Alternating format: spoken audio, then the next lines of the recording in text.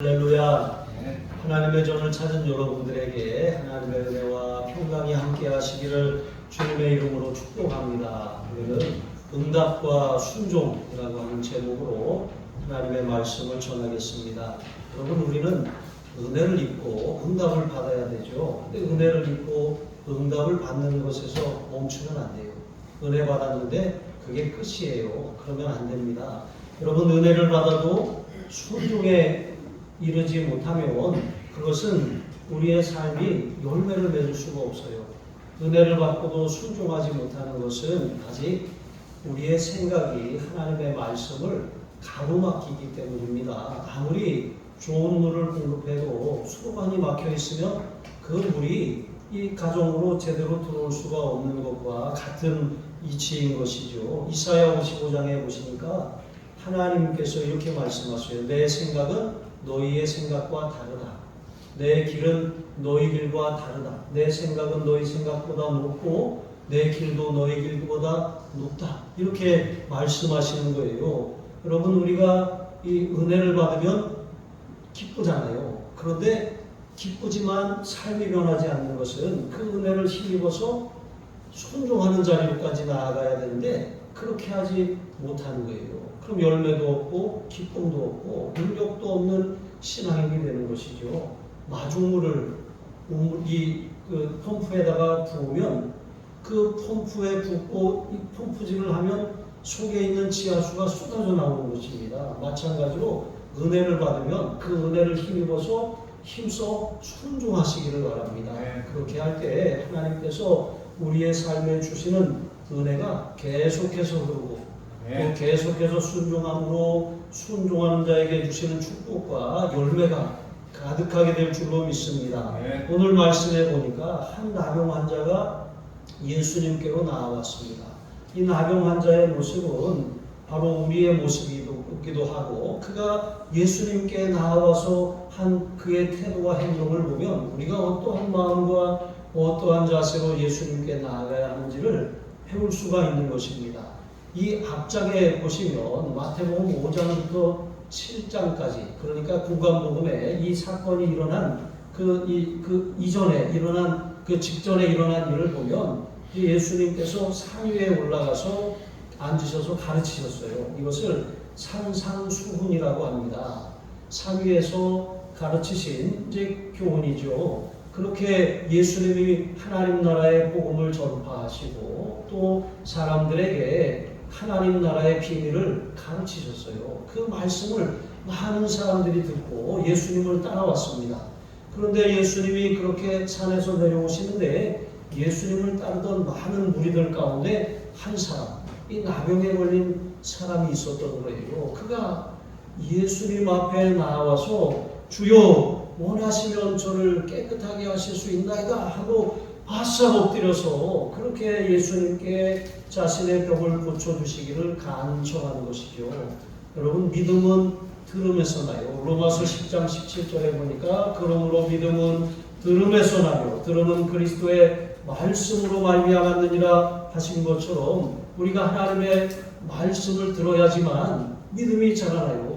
그냥 가만히 있어서 믿음이 자라나는 게 아니에요. 말씀을 자꾸 들어야 돼요. 읽고 듣고 보고 마음에 새기고 묵상하고 그 말씀대로 살아가는 거예요. 그러면 자신도 모르게 믿음이 자라나는 것이죠. 이렇게 믿음이 자라나야 믿음을 가지고 예수님께 나아올 수가 있는 거예요.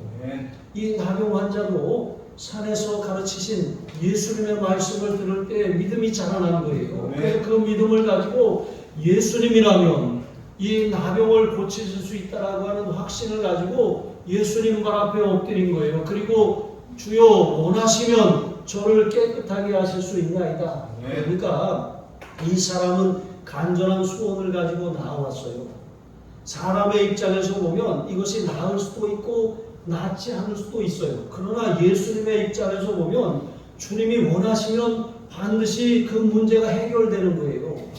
주님이 능력이 없어서 고치지 못하시는 것이 아니라 주님의 뜻에 일치하지 않기 때문에 고침을 받지 못하는 것이죠. 그래서 이 사람은 주님이 원하시면 내가 깨끗하게 되리이다 라고 고백할 수가 있었던 것이죠.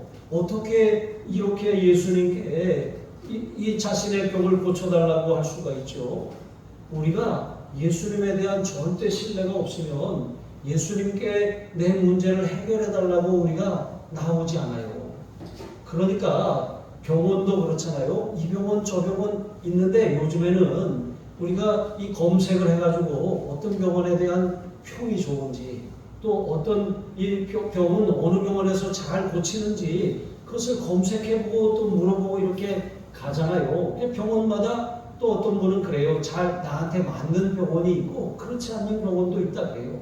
그러니까 이게 다 이 상황에 따라 다른 것이죠. 그러나 예수님은 상황에 따라 고칠 수 있는 병이 있고 이건 못 고치겠는데 이런 병이 없는 거예요. 이런 문제는 해결할 수 있고 이거는 좀 곤란한데 하시는 것은 예수님에게는 없는 거예요. 왜? 예수님은 하나님의 아들 그리스도 우리를 구원하시기 위해 오신 분이기 때문에 그렇습니다. 우리 인생의 모든 문제의 근본적인 원인은 죄 때문입니다. 그런데 죄 문제를 해결하신다는 것은 우리 삶의 문제를 근본적으로 해결하실 수 있는 능력이 예수님께 있다는 거예요. 그 믿음을 가진 사람만이 예수님께 나와서 주여 원하시면 내 문제를 해결하실 수 있습니다. 깨끗하게 하실 수 있습니다. 그렇게 요청할 수가 있는 거예요. 이렇게 우리는 우리의 문제를 가지고 염려하지 말고 고민하지 말고 골치 아파하지 말고 예수님께로 가지고 나아가시기를 바랍니다. 가지고 나아갈 용기가 나지 않는다면 믿음이 없는 거예요. 여러분 이 문제에 대해서 말씀하시는 이 기록된 말씀을 찾아보세요. 말씀이 무엇을 명하고 있는지 그 말씀은 또 나에게 어떻게 역사할 수 있는지 그 말씀을 읽고 보고 듣고 묵상하고 이것을 내게 주시는 하나님의 음성으로 적용하시기를 바랍니다. 이렇게 예수님을 간절히 신뢰하고 그 능력을 의지하니까 예수님 앞에 나와 요청할 수가 있었던 것입니다. 그런데 이 사람이 하는 말을 가만히 보십시오. 주여 원하시면 저를 고치실 수 있나이다 그렇게 하지 않았어요. 저를 깨끗하게 하실 수 있나이다 그랬어요. 그러니까 이 사람의 문제는 나병도 나병이지만 나병이라고 하는 것은 유대 사회에서 부정한 그런 이 병으로 취급이 되었어요. 그러니까 부정하다라고 하는 것은 의식적으로 그렇다는 것, 율법상 그러하다는 것, 율법상 부정한 것은 하나님 앞에 나아갈 수가 없다는 거예요. 다른 사람들과 접촉할 수 없게 되었다는 거예요. 그러니까 그는 질병도 질병이지만 자신이 사람들에게 정죄당하고 또 다른 사람들이 나를 그렇게 미운 물건처럼 취급하는 그런 관계가 단절된 것을 더 힘들어하고 괴로워했던 것이죠. 그래서 주님 이왕이면 저를 고쳐주시되 저를 깨끗하게 하여 주시옵소서 이렇게 주님께 구하는 거예요. 여러분 인생 문제의 근본 원인이 죄라고 했잖아요. 어떤 질병은 죄 때문에 오는 것도 있어요. 모든 질병이 죄 때문에 오는 것은 아닙니다. 또 다른 사람의 죄 때문에 오는 경우도 있어요. 환경 때문에 오는 것도 있고 여러 가지 유전적인 요인도 있습니다. 그러나 중요한 것은 어쨌든 여러분 이 세상은 아담의 범죄로 말미암아 뭔가 뭐가 틀어졌어요. 하나님이 만드신 하나님이 보시기에 좋았더라라고 하는 세상이 아니에요. 뭔가 문제가 발생하고 자꾸 일이 어그러지는 것이죠. 그래서 우리는 예수님께 나와서 혹시 기도할 때 주님 내 병을 고쳐주세요 그랬는데 혹시 회개할 것이 있으면 생각나게 해주세요. 주님 내 문제를 해결해 주세요. 그런데 혹시 이 문제가 나의 욕심 때문에 발생한 것이라면 그것을 깨닫고 회개하게 해주세요. 욕심을 따라 살지 않고 예수님을 의지하며 살게 해주세요. 여러분 이렇게 회개하는 것이 중요하다는 거예요. 그래서 주님 앞에 원하시면 나를 깨끗하게 하실 수 있나이다 라고 하는 그런 간구에 우리의 문제 해결도 해달라고 하는 그런 기도의 제목이 다 들어있는 것이죠. 예수님은 십자가를 앞에 두시고 겟세마네 동산에 올라가셨어요. 그리고 제자들과 기도하셨습니다. 물론 그날만 가신 것이 아니죠. 평소에도 자주 올라가서 기도하셨는데 그날은 더욱 간절히 힘쓰고 애써서 주님이 땀방울이 핏방울이 되도록 기도하셨어요. 그런데 이렇게 간절히 기도하면 우리는 이렇게 생각해요. 내 문제를 반드시 해결해 주세요. 이거 해결해 주시지 않으면 저는 절대로 일어나지 않겠습니다. 이런 마음으로 기도를 시작하잖아요. 그런데 예수님의 기도를 보세요. 마태복음 26장 39절에 보니까 내 아버지여 만일 할만하시거든 이 잔을 내게서 옮기시옵소서. 그러니까 이 십자가 고난의 잔을 옮겨주세요. 이건 너무나도 큰 짐이고 고통입니다. 그러나 뭐라고 하셨습니까? 나의 원대로 마시옵고 아버지의 원대로 되기를 원합니다. 그렇습니다. 여러분 기도를 시작할 때는 내가 내 문제가 너무 커서 주님 이거 해결해 주세요 기도를 시작했는데 기도를 자꾸 하다 보니까 뭔가 방향이 틀렸어요. 나는 이걸 해결해 달라고 하는데 주님은 그게 먼저가 아니라고 말씀하셔요. 회개하라고 하셔요. 용서하라고 하셔요. 사랑하라고 하셔요. 내려놓으라고 하셔요. 욕심 부리지 말고 하나님께 맡기라고 하셔요. 그래서 그렇게 점점 기도하다 보니까 내 생각이 내려지고 하나님의 뜻이 내 안으로 들어와 차기 시작해요. 하나님의 뜻이 내 생각을 점령하기 시작해요. 다 내가 이제는 복종하게 되는 것입니다. 하나님의 뜻에 그러니까 하나님의 뜻이 채워지고 나니까 내 문제를 내 시야로 바라보던 그런 이 관점에서 바뀌어서 이제는 하나님의 관점이 되는 거예요. 전지적 작가 시점으로 바라보는 거예요. 그렇게 바라보니까 이 문제가 이게 문제가 아니었구나. 더 큰 문제가 있었구나. 이 원인이 해결돼야 되는구나. 그것을 깨닫게 되는 줄로 믿습니다. 간절한 소원 기도의 제목을 가지고 주님 앞에 나아가서 간절히 기도하셔요. 해결해 달라고 간절히 기도하셔요. 그렇게 기도하시면서 하나님이 우리의 생각을 조금씩 방향을 트실 때 배가 클수록요. 큰 배일수록 이게 방향 전환이 서서히 되는 거예요. 작은 배는 휙 돌아서잖아요. 우리의 삶의 문제가 클수록 하나님이 더디 움직이시는 것 같아도 아닙니다. 여러분 하나님께서 조금씩 우리를 바로잡으시는 거예요. 초점을 내 문제를 바라보고 내 상황을 바라보고 내 처지를 한탄하던 내 시야를 돌려서 주님을 바라보게 하시는 거예요. 그러한 과정이 바로 응답의 과정이고 인내의 과정이에요. 당장 응답이 되지 않는다고 포기하지 않아야 될 이유인 것입니다. 인내하면서 계속해서 기도하는 것이죠. 여러분 이 유대 율법은 율법 자체가 문제가 아니라 율법주의가 문제예요. 율법을 인본주의로 해석하는 게 문제인 것입니다.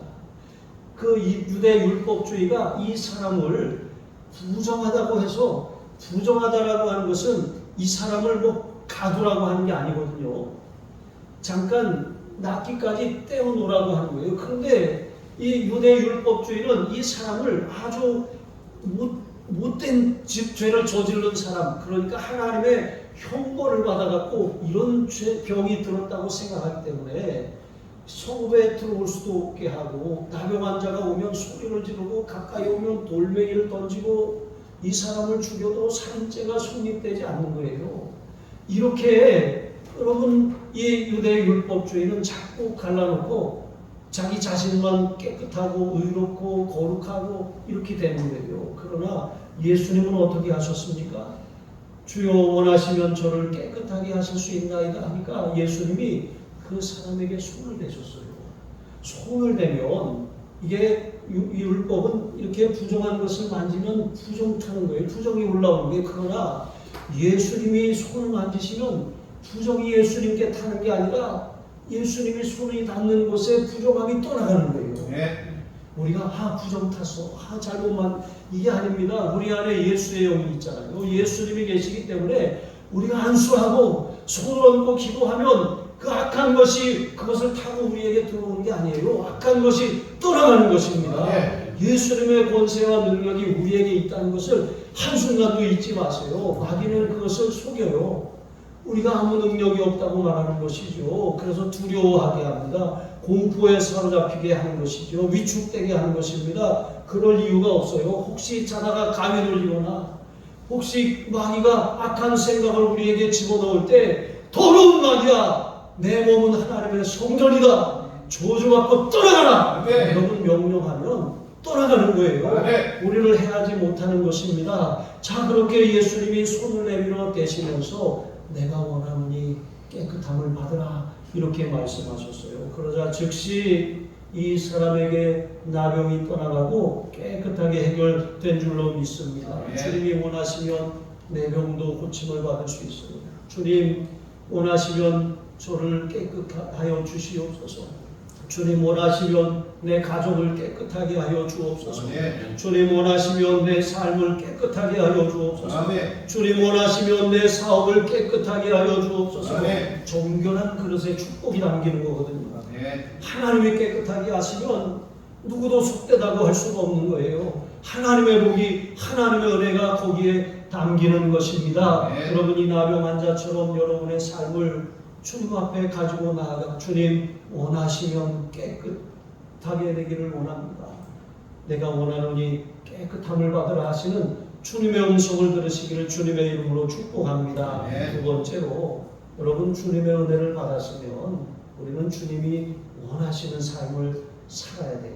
네. 은혜만 받고 땡 이러면 안 돼요. 은혜 받았으면 그 은혜를 힘입어서 우리가 자라나야 돼요. 힘을 내서 헌신해야 되는 거예요. 순종해야 되는 것입니다. 네. 먹기만 하고 움직이지 않으면 소화가 안 돼요. 소화가 안 되는 게 반복이 되면 이게 몸이 자꾸 균형이 깨지고 자꾸 이렇게 몸이 문제가 생기기 시작하는 것이죠.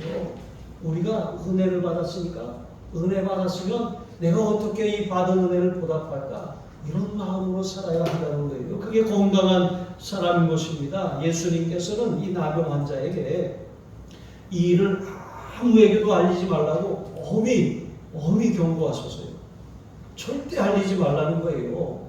그러니까 이 나병 환자는 은혜를 받았잖아요. 고침을 받았잖아요. 그러면 예수님의 명령에 순종해야 하는데 순종하지 않았어요. 예수님은 분명히 이것을 아무에게도 말하지 말고 제사장에게 가서 내 몸이 나은 것을 보이고 그들에게 입증하라는 거예요. 율법이 정한 예물을 드리고 이제 나았음을 선언받으라고 하는 것이죠. 하나님의 말씀대로 살아가는 거예요. 은혜를 받았으면 순종하는 삶을 살아가라고 하는 것이죠. 그래서 실제로 이 나병에 걸리면 레위기 14장에 보면 그 나병에 걸렸다가 나은 사람이 이제 그 부정함을 씻는 그런 규례가 있었어요. 그것은 산새 2마리를 가져다가 이 새 가운데 1마리를 실그릇 안에서 잡아요. 그리고 그 피를 홍색 실과 백향목과 우슬초로 찍어가지고 환부에 이렇게 바르는 거예요. 그리고 정결하다고 선포한 다음에 나머지 새 1마리를 자유롭게 풀어주는 거예요. 1마리의 희생으로 다른 1마리가 자유를 얻는 것이죠. 이게 예수님이 하신 일입니다.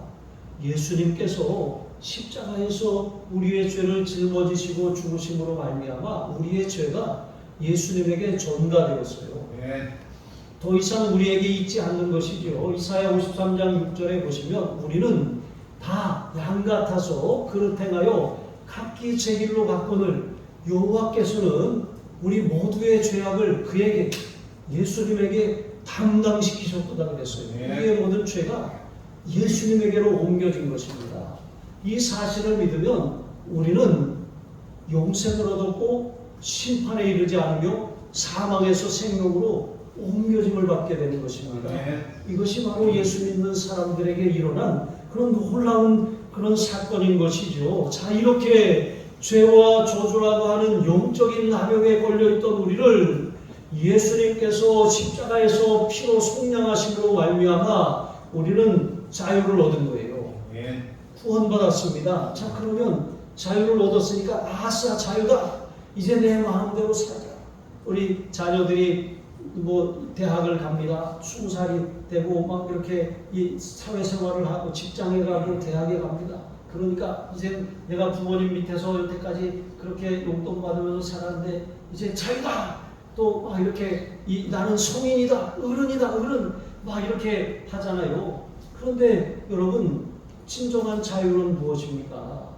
그 자유는 우리가 마음대로 할 자유가 아니에요. 이제는 내가 이 구속받으면서 부모님의 권위 아래서 그렇게 순종하던 삶을 이제는 자발적으로 순종하며 사는 삶을 시작하게 되는 거예요. 율법 아래 있을 때는 그게 의무고 규정이었습니다. 그러나 예수님 은혜 안에 들어오고 난 다음에는 율법을 다 버리고 내팽개치는 것이 아니라 우리가 자발적으로 순종하는 거예요. 10계명 제1계명이 무엇인지 아십니까? 너는 나 외에 다른 신들을 내게 두지 말지니라 그랬어요. 둔다라고 하는 것, 그것은 예를 들면 이거예요. 첫사랑이 있었어요. 그런데 첫사랑하고 헤어지고 새로운 그 이성을 만나서 결혼을 했어요. 결혼을 했는데 첫사랑을 잊지 못하는 거예요. 저 첫사랑을 항상 그 마음에 두고 살아요. 그러니까 이 사람하고 몸은 사는데 내 마음은 이 사람에게 있어요. 여러분 이거 하나님께서는 이스라엘을 하나님의 신부라고 하셨어요. 하나님이 그들을 구속하셔서 하나님의 신부로 삼아주셨어요. 그런데 그들이 하나님만을 섬기고 하나님만을 마음에 품고 살아야 하는데 몸뚱아리는 성전에 와서 제사를 드리는데 그 마음은 이방신에게 가 있는 거예요. 가나안 땅의 신들을 숭배하는 거예요. 그 마음을 다른 데 두는 거예요. 자기 마음에 다른 것을 두는 것입니다. 이것처럼 여러분 그 마음이 나뉘어져 있는 것이죠. 10계명 제2계명은 무엇입니까? 너는 이 아무 형상이든지 만들지 말라고 하셨어요. 그것들에게 절하지도 말고 그것을 섬기지도 말라고 했어요. 어떤 형상을 만든다라고 하는 것, 이거 우리가 하나님의 형상대로 지음받았잖아요. 그런데 무엇을 사람이 만들어요? 이거 내가 만든 거잖아요. 내가 만들었으면 이게 내가 신이라고 만들어 놓고 내가 그것을 만든 창조자인데 거기 앞에 가서 나에게 복을 달라고 피는 이런 어리석은 그런 일들이 벌어지는 것이죠. 사람이 자꾸 형상을 만든다라고 하는 것은 소유하려고 하는 거예요. 내가 마음대로 그것을 그렇게 휘두르려고 하는 거예요. 신앙생활도 이렇게 하는 사람이 있다는 것이죠. 하나님을 형상을 만들지 말라고 하는 것은 우리가 하나님은 하나님이십니다. 하나님은 우리가 이렇게 조정할 수 있는 분이 아니에요. 내 생각을 하나님 앞에 강요할 수 있는 것이 아닙니다. 하나님의 뜻을 우리의 삶에 받아들이는 것이 참된 신앙인 것입니다. 그 내 멋대로 살고 내 생각대로 살고 내 뜻대로 살던 사람들이 예수님을 만나서 예수님의 피로 속량, 값을 지불하고 예수님이 사셨어요. 우리는 예수님의 소유가 되었습니다. 그러니까 이제는 예수님을 우리가 주님으로 고백하잖아요. 그러면 우리의 삶의 주인이 예수님이심을 인정하고 순종하며 사는 것이 마땅하다라고 하는 거예요. 예수님이 우리에게 주신 자유를 아싸 자유다 하고 내 마음대로 살 것이 아니라고 하는 거예요. 그런데 이 사람은 주님이 주신 그 은혜를 너무나도 감사하고 감격하는 건 좋은데 주님의 말씀이 들리지 않는 거예요. 너무 기쁘니까 주님이 하신 말씀을 잊어버린 거예요. 그래가지고 자기의 집으로 돌아가고 동네로 돌아가고 주변으로 가서 사람들에게 나 이렇게 나았다고 막 떠들기 시작하는 거예요. 그렇게 전파하는 거예요. 처음에는 주님이 원하시면 저를 깨끗게 하실 수 있습니다 라고 고침을 받았어요. 그런데 고침을 받고 나니까 이제는 주님이 원하시는 주님의 기쁨이 되는 삶을 살지 않고 자기 마음대로 여전히 살아갑니다. 어떻게 이런 일이 벌어지는 것입니까? 그것은 여전히 내 생각이 가로막고 있기 때문에 그래요. 태어난 아이가 자라나야 되잖아요. 자라나는데 어린아이와 같이 갓난아기와 같이 신령한 젖을 사모하라고 그랬어요. 말씀을 먹어야 자라납니다. 거듭난 사람, 구원받은 사람, 예수님을 영접한 사람이 말씀을 날마다 사모하고 먹어야지만 자라날 수가 있어요. 그렇게 자라나야 순종하는 삶을 살게 되는 것입니다. 내 생각을 내려놓고 주님이 원하시는 그런 삶을 살게 되는 것이죠. 열왕기하 5장에 보면 아람 왕의 군대 장관 나아만의 이야기가 나옵니다. 나아만이 왕 앞에 아주 존귀함을 얻은 사람이에요. 그가 전쟁에 나가서 큰 승리를 거두고 나라를 구했는데 그것은 하나님이 그에게 그렇게 허락하셨기 때문이라고 말씀하시는 것이죠. 이방 나라 군대 장관이지만 하나님이 그에게 승리를 주셨어요.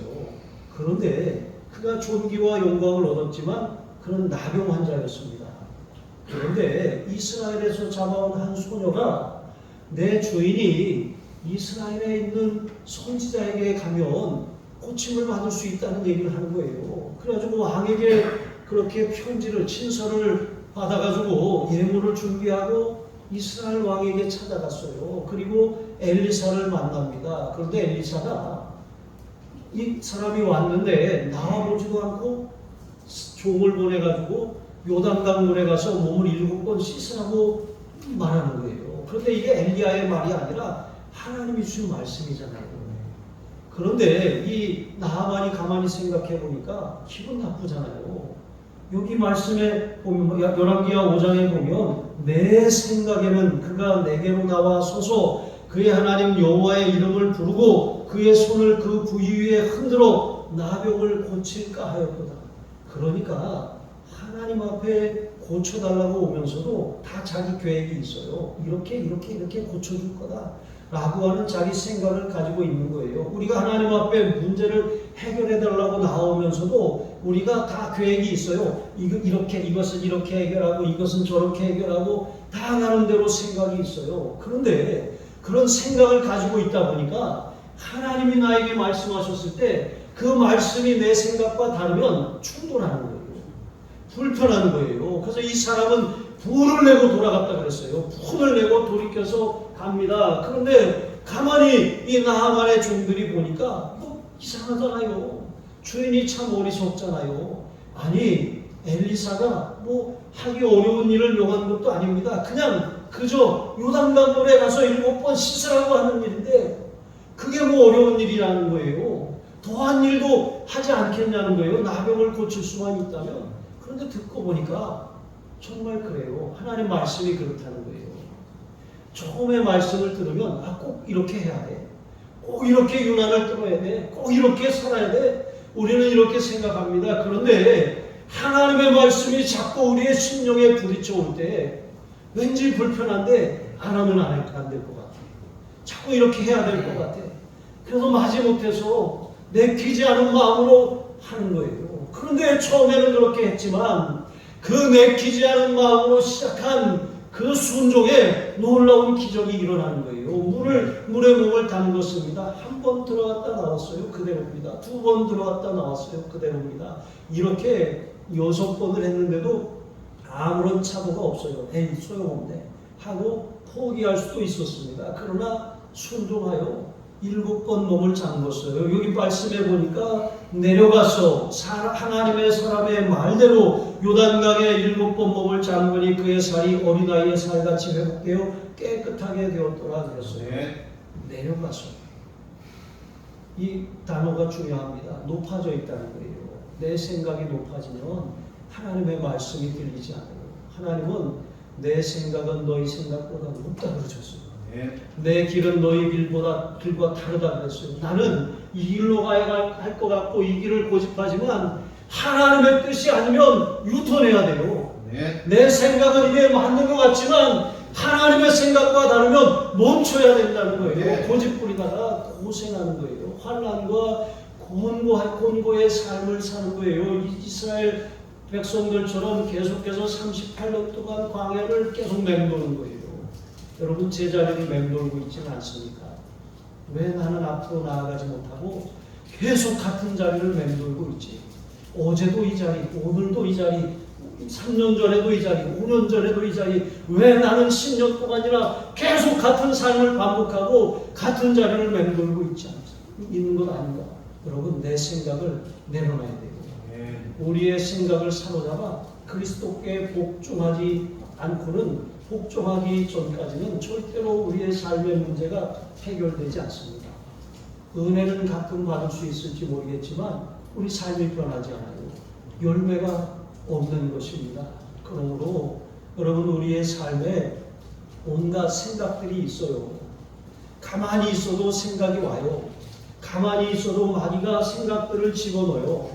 그런데 그 생각을 분별해야 돼요. 하나님께로부터 온 생각인지, 위로부터 난 생각인지, 아니면 내 마음에서 난 생각인지, 사단이 준 생각인지, 아니면 사람들이 하는 그런 말들로 인해서 내가 받아들인 생각인지, 그것을 분별해야 돼요. 우리가 문제 없는 사람 있습니까? 없어요. 다 문제 있어요. 여러분, 저도 문제가 많은 사람이에요. 저도 이렇게 겉으로 보기에는 호대가 멀쩡한 것 같지만 여기저기 말 못하는 아픔이 있어요. 또 이 혀가 또 굉장히 저 아프거든요.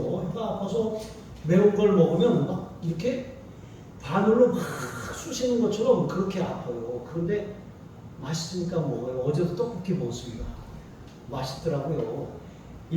그런데 여러분, 우리가 인생에 많은 문제가 있는데 사람마다 그 문제들을 가지고 예수님께 나와요. 예수님, 원하시면 깨끗하게 하실 수 있습니다 라고 건강 문제, 재정 문제, 자녀의 문제, 또 결정을 내리는 문제, 어떤 진로의 문제, 또 뭐 결혼의 문제, 자녀의 문제, 여러 가지 문제들을 가지고 나와요. 그것이 예수님께 나오는 계기가 되는 거예요. 그런데 그렇게 예수님께 나와서 그 문제를 놓고 기도하다가 보니까 그 문제만 해결받고 그냥 끝 하고 또 자기 마음대로 살아가는 이러한 삶을 반복하면 계속 같은 자리를 맴도는 거예요. 그런데 문제가 올 때마다 그것을 기회로 삼아서 예수님께 한 걸음 또 한 걸음 가까이 나아가는 기회로 삼아야 돼요. 아멘. 예수님께 가까이 나아가면서 내가 이 문제 때문에 예수님 앞에 나아갔지만 내가 자녀의 문제만큼은 이제 더 이상 걱정하지 않고 예수님께 나 자신을 맡겨야겠다. 이렇게 돼야 되는 거예요. 우리의 문제와 함께 나 자신을 예수님께 맡길 때 비로소 같은 자리를 맴도는 삶이 이제는 하나님이 우리에게 예비하신 축복의 땅으로 나아가게 되는 그런 기적의 첫걸음이 되기 시작하는 줄로 믿습니다. 네. 응답보다 순종이 중요합니다. 은혜를 받는 것보다 순종하는 일이 중요합니다. 하나님이 무슨 은혜를 여러분에게 주셨어요? 무슨 축복을 주셨습니까? 그러면 이것 가지고 어떻게 순종할까? 어떻게 하나님을 기쁘시게 할까? 어떻게 하나님의 영광을 위해서 살까? 여러분, 그것을 염려하고 그렇게 살아가시기를 주님의 이름으로 축복합니다. 기도하시겠습니다. 하나님 아버지, 내 인생이 만난 문제들을 안고 예수님께 나아왔습니다. 주님이 원하시면 내 문제를 지금 이 시간 해결하실 수 있습니다. 아무것도 아닌 것처럼 깨끗게 하실 수 있습니다. 내 질병을 고쳐주시고 자녀들의 삶을 형통하게 하여 주시며 내 사업을 일으켜 주시며 내 삶을 번성하게 하실 줄로 믿습니다. 내가 문제를 가지고 문제로 인하여 예수님을 찾았지만 그것으로 인하여서 주님 앞에 더 가까이 나아가는 축복의 걸음을 내딛게 하여 주시옵소서. 날마다 말씀과 기도로 섬김과 헌신으로 예수님을 인격적으로 만나며 순종하며 살아갈 수 있도록 우리를 붙들어 주시옵소서. 감사하며 축복하며 예수님의 이름으로 기도합니다. 아멘.